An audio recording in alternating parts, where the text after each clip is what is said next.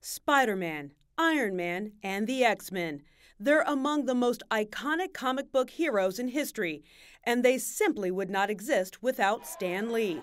The visionary behind Marvel Comics lived a life almost as incredible as the characters he created. I'm pretty proud of the fact that some of the stories that I wrote so many years ago are still being read and hopefully enjoyed by the public, and people are making motion pictures based on them and television series. Spider-Man debuted in 1962 and became Lee's most successful comic book creation. Spider-Man is my favorite because he's the most popular and he's known and loved worldwide. Lee's spidey senses were tingling. Years later, in 2002, the first Spider-Man film was released and was a blockbuster hit. As a child, I didn't really know anybody who shot webs or crawled on buildings or wore suits of armor and flew or anything like that. I just imagined them, and there they were. He also imagined Thor, the Incredible Hulk, and the Fantastic Four. They were flawed people with extraordinary powers.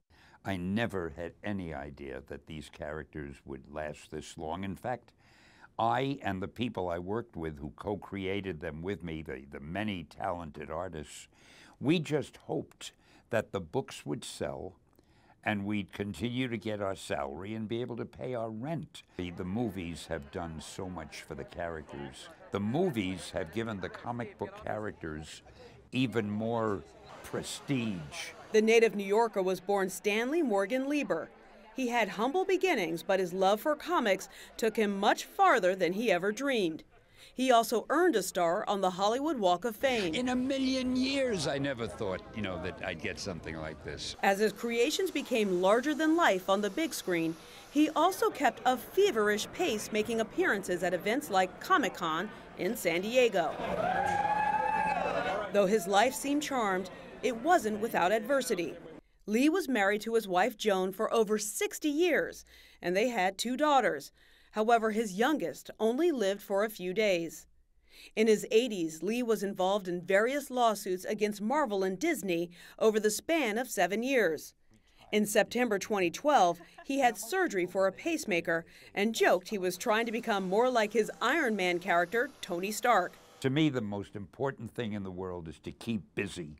And I'm happy to say I'm lucky enough to still be busy. The Stan Lee Foundation was also a passion project for Lee, who seemed to believe with great power comes great responsibility. What we concentrate on is education, educating children. Stan Lee! I never would have dreamed years ago that anything like this would happen. The king of comics, who was adored worldwide, was most proud of his family and his comic heroes. Perhaps Lee will be remembered as a legendary innovator with an uncanny ability to capture the imagination. Excelsior!